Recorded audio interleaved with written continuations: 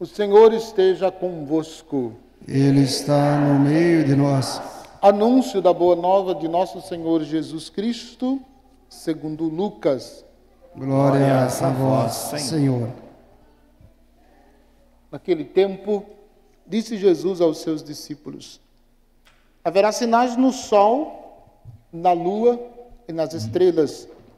Na terra as nações ficarão angustiadas com o pavor do barulho do mar e das ondas. Os homens vão desmaiar de medo, só em pensar no que vai acontecer ao mundo, porque as forças do céu serão abaladas. Então eles verão o Filho do Homem vindo numa nuvem com grande poder e glória.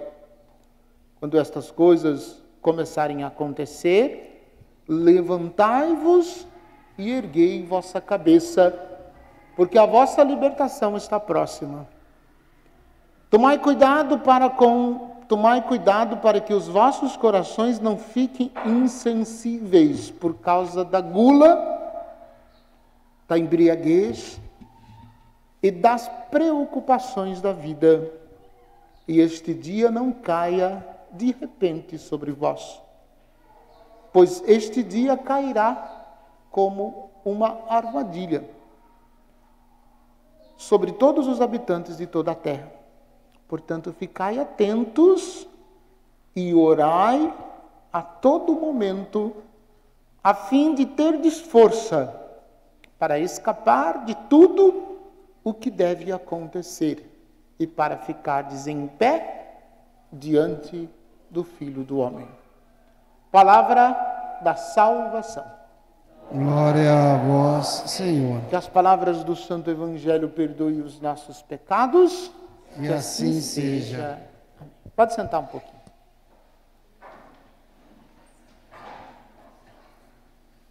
Vou fazer nesta minha homilia um pouco mais concisa, um pouco mais curta, apresentando 4 sugestões para a gente viver bem o tempo do Advento.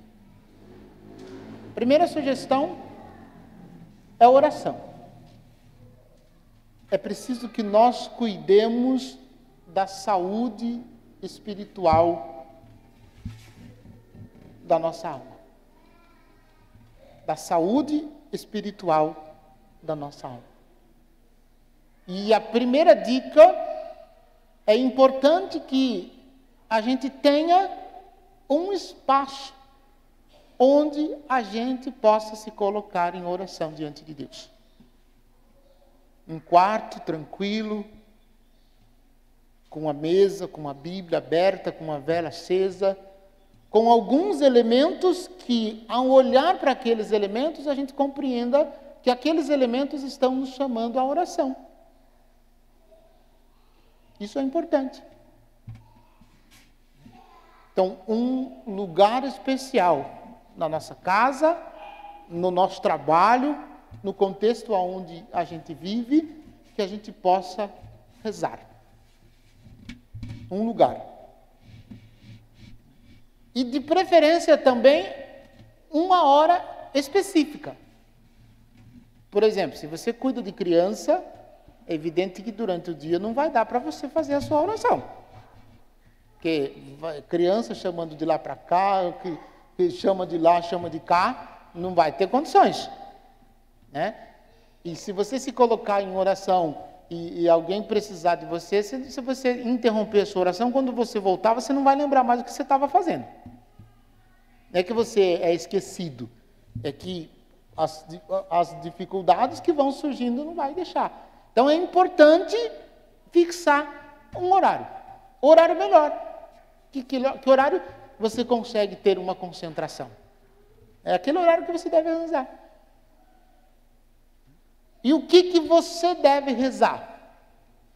Bom, certamente nós já estamos falando com pessoas que já têm uma prática de oração, que já rezam, certo? E não estou falando com quem está começando a sua caminhada cristã. Já são pessoas de oração.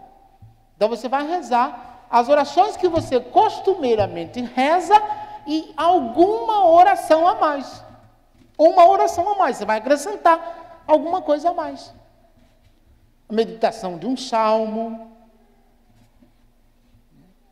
a oração, né, um outro tipo de oração que leve você a pensar em Deus, que leve você a se colocar diante de Deus e a viver aquele momento como um momento sagrado, como um momento importante na sua vida.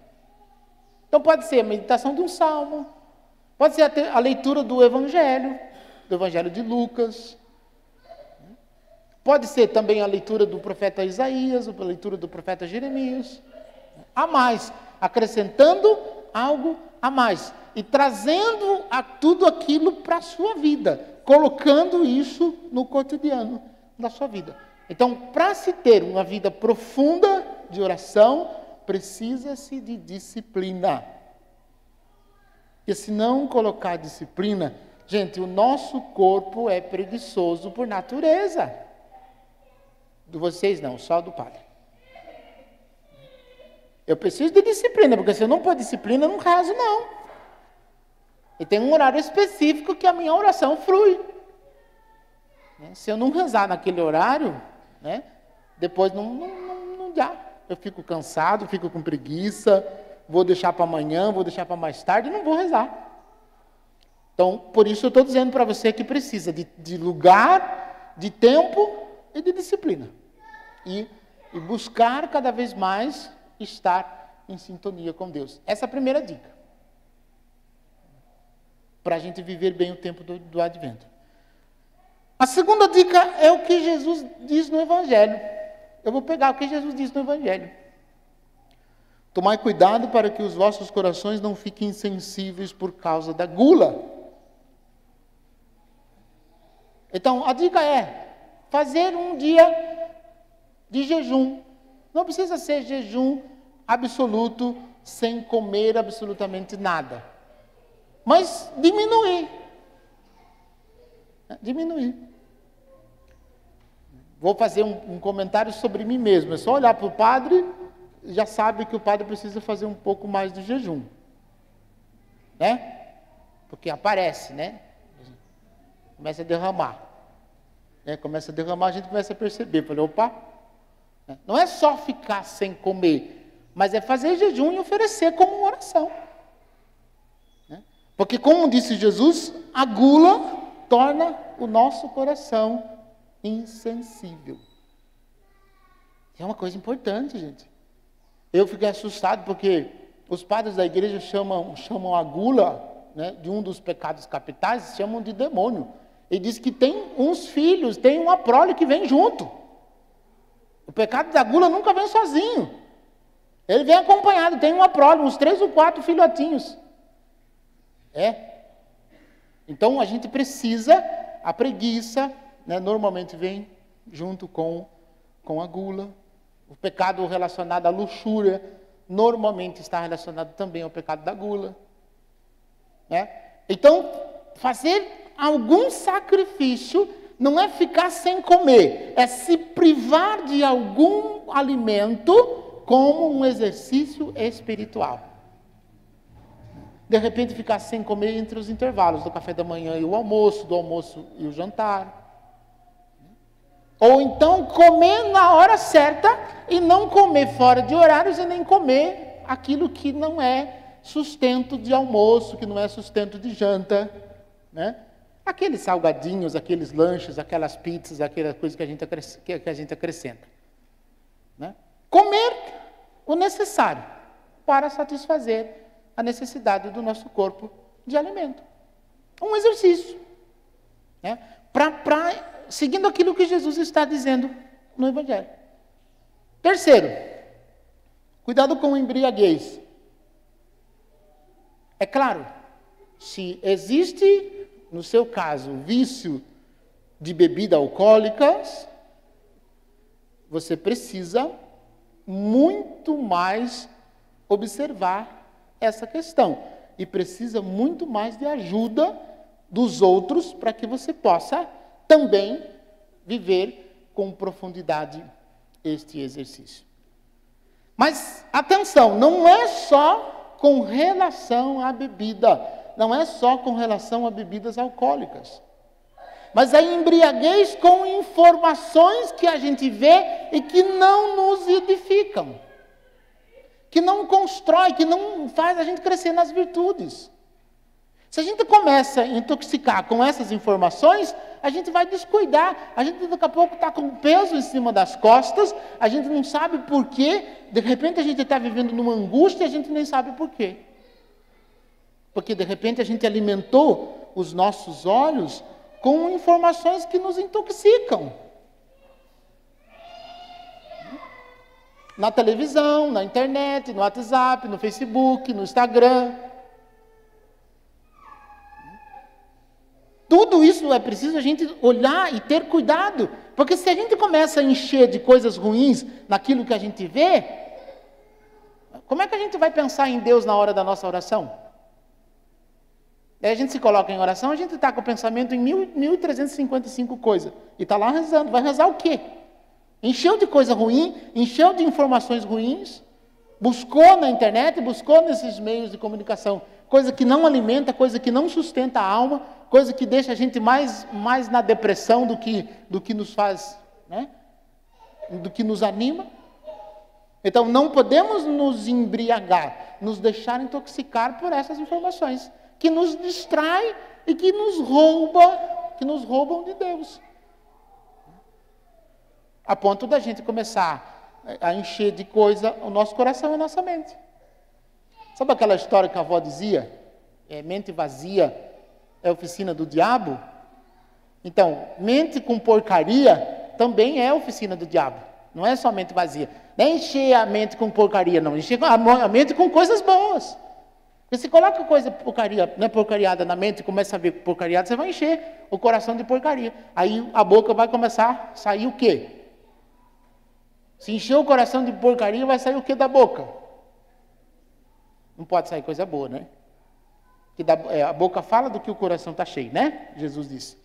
Então, não se embriagar com essas coisas, com informações que nos distraem ou que nos afastam de Deus. Essa é a terceira dica. E a quarta dica, não encher a vida com preocupações exageradas. O que seria preocupações exageradas? Uma definição muito simples que eu achei fantástica.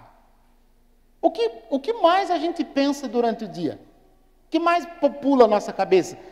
Qual que é o nosso pensamento, tudo? O que passa na nossa cabeça com muito mais frequência durante o dia e todos os dias? O que passa na sua cabeça? O que você tem na sua cabeça durante o dia? O que você pensa durante o dia? É isso. Então, não se ocupar com as coisas, com as preocupações da vida, é a gente pensar, aqui o que a gente está pensando? Eu dizia domingo, se o que eu estou pensando durante o dia, e grande parte do meu dia não é Deus, não é sobre Jesus, aquelas coisas que estão ocupando os meus pensamentos podem estar sendo o rei, pode estar sendo o Senhor da minha vida. Então, é preciso a gente observar com atenção. O que realmente nós estamos pensando? O que realmente nós estamos ocupando os nossos pensamentos? Isso é fundamental. Parece repetição e parece que o padre já disse isso em outras ocasiões. Parece mesmo, eu já disse. E vou insistir. Porque a gente precisa começar a levar muito mais a sério a nossa vida espiritual. Paulo diz na segunda leitura, que nós já recebemos esses ensinamentos e que nós precisamos crescer, que nós precisamos ir além daquilo que nós já temos. Nós não podemos nos acomodar com o nível de profundidade ou com o que nós já atingimos na nossa vida espiritual, achando que isso já é suficiente. Não é. A gente precisa ir mais além, a gente precisa dar um passo a mais. Então, essas dicas para a gente poder viver bem o tempo do Advento. Primeiro, vida de oração. Vida de oração. Disciplinado. Com tempo, com método, com cuidado, para que a gente possa crescer. fazer algum jejum, né? Abster-se de algum tipo de comida, fazer algum tipo de jejum. Cuidado com aquilo que nós vemos e com aquilo que nós alimentamos o nosso coração, para não nos intoxicar e não nos embriagar com informações que vão nos roubar a presença de Deus, né? E cuidado com as preocupações da vida. Né? Que as preocupações sejam realmente no sentido de salvar a nossa alma e de nos aproximar de Deus. Que estas sejam as preocupações que nós vamos viver durante esse tempo. Se a gente tomar cuidado com esses pontos e observar isso certinho, nós faremos um bom tempo de advento. E mais ainda, nós viveremos muito bem o tempo de Natal, pelo qual nós estamos nos preparando. E se o Senhor chegar na sua segunda vez, neste tempo, nós não nos deixaremos levar pelas dificuldades ou pelas tribulações que a vida vai nos apresentar.